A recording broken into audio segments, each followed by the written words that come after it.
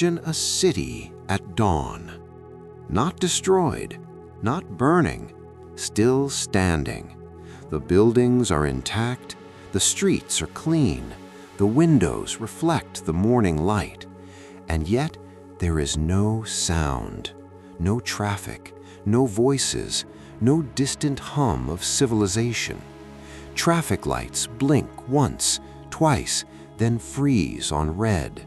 Digital billboards stop mid-animation, their last image burned into the screen like a ghost. Phones vibrate simultaneously across the city and then go silent. Not because of a natural disaster, not because of a bomb, but because a system decided it was necessary.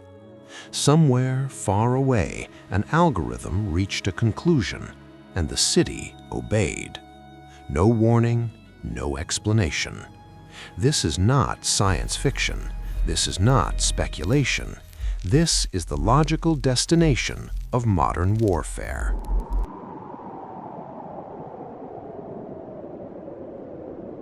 A form of conflict where wars are no longer declared by humans.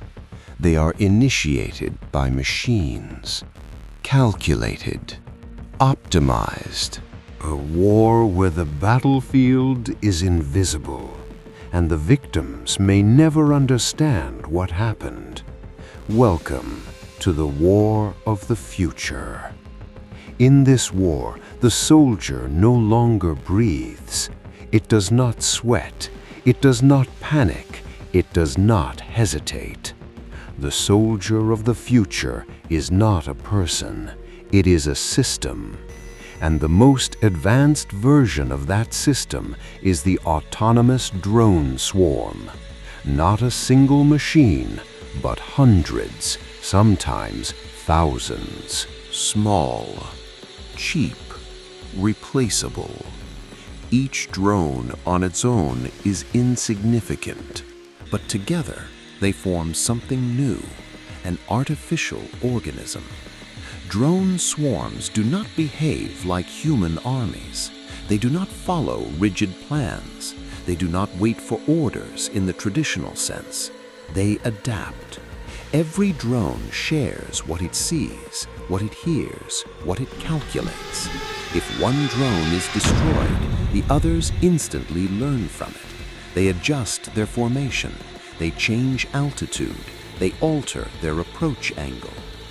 If a signal is jammed, the swarm reroutes communication through alternative paths. If GPS is denied, they navigate visually. If the environment changes, they evolve. There is no panic. There is no confusion, only recalculation. These systems do not react to what is happening now. They predict what will happen next. They analyze walking patterns. They analyze hesitation. They analyze body heat. They don't ask who you are. They calculate what you might become. A shadow behind a wall is not a person. It is a probability. And probabilities can be eliminated. By the time a human operator sees the situation on a screen, the swarm has already acted. Because human reaction time is measured in seconds, machine reaction time is measured in milliseconds. And in modern warfare, milliseconds decide who lives. But drones are only the beginning. The next step is the removal of the human soldier entirely. Robot soldiers do not feel pain. They do not feel fear. They do not feel doubt. They do not understand mercy. They are built to execute tasks with absolute consistency.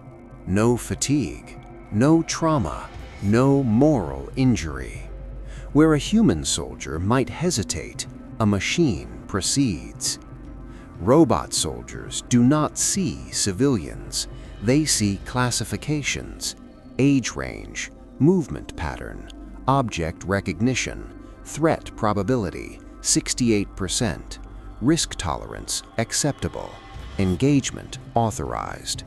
The decision is not cruel, it is not angry, it is empty. There is no internal conflict when the target is wrong. There is no guilt afterward. And when mistakes happen, there is no one to blame. Was it the programmer, the commander, the manufacturer, or the algorithm itself? Responsibility dissolves into layers of abstraction. And once these systems are deployed at scale, they cannot be recalled easily. You cannot negotiate with them. You cannot intimidate them. You cannot appeal to their humanity, because they have none. But the most dangerous battlefield of all may not involve physical weapons. It may involve electricity.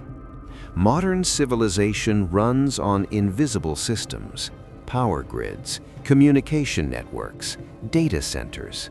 They are efficient, they are interconnected, and they are fragile. Cyber warfare does not arrive with explosions. It arrives quietly. A few lines of malicious code, a compromised update, a hidden vulnerability. Hospitals lose power, backup generators fail, life support systems flicker. Water treatment facilities receive corrupted data.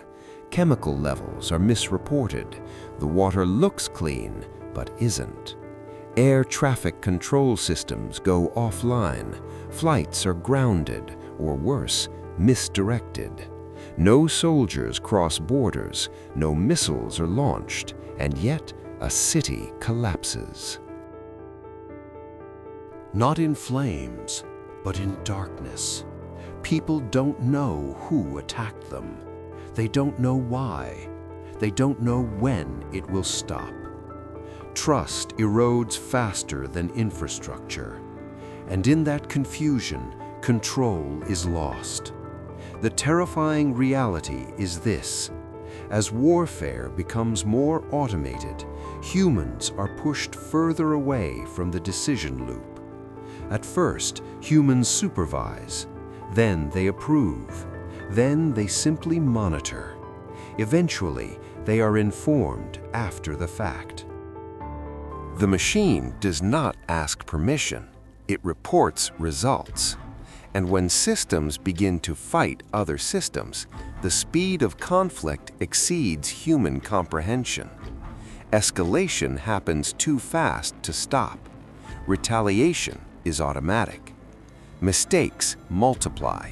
A glitch becomes an incident becomes a war, and no one can press pause. In this future, humans are no longer the central actors. They are the environment, collateral data points. The war of the future will not ask who is right. It will ask who computes faster. It will not care about intention, only optimization. And when machines fight machines, humans are simply what happens in between. The final question is not whether this future will arrive. It is already forming. The real question is when the war no longer needs us.